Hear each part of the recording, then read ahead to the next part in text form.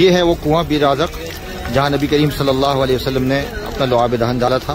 اس کو بیر ازق کہتے ہیں اور بیر شفا بھی کہتے ہیں. اور یہ کلثوم بن ہدم رضی اللہ تعالیٰ عنہ کے باغ کے اندر موجود ہے اور سامنے مسجد قباء ہے. مولانا عبدالقدوس محمدی صاحب ہماری رفاقت بصاحبت میں ماشاءاللہ بہت خوشی ہو رہی ہے.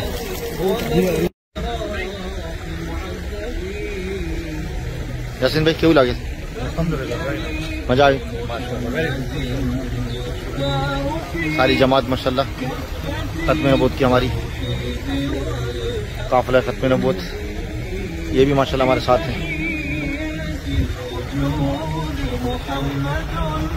اور یہ کنواں بیر ازق بیر شفا اس کے بارے میں یہ طے ہوا کہ عمر بھائی کو دینا موبائل ویڈیو سے بنائیں گے.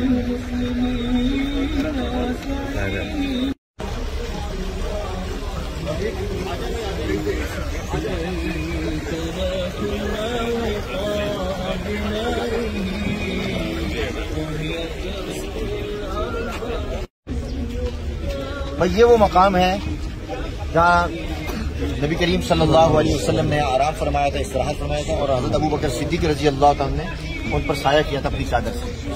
یہ وہ جگہ ہے, یہ جو جگہ دیکھ رہے ہیں آپ. اور یہاں 3 دن قیام فرمایا اور بڑے بڑے جو یہاں کے وفود تھے اور سرداران تھے, صحابہ تھے, یہاں کی ملاقاتیں کرتے تھے.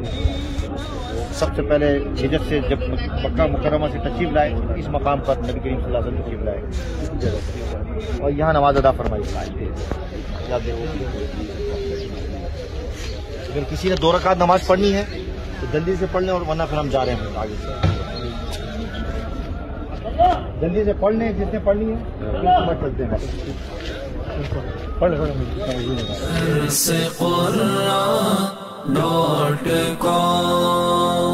www.darsequran.com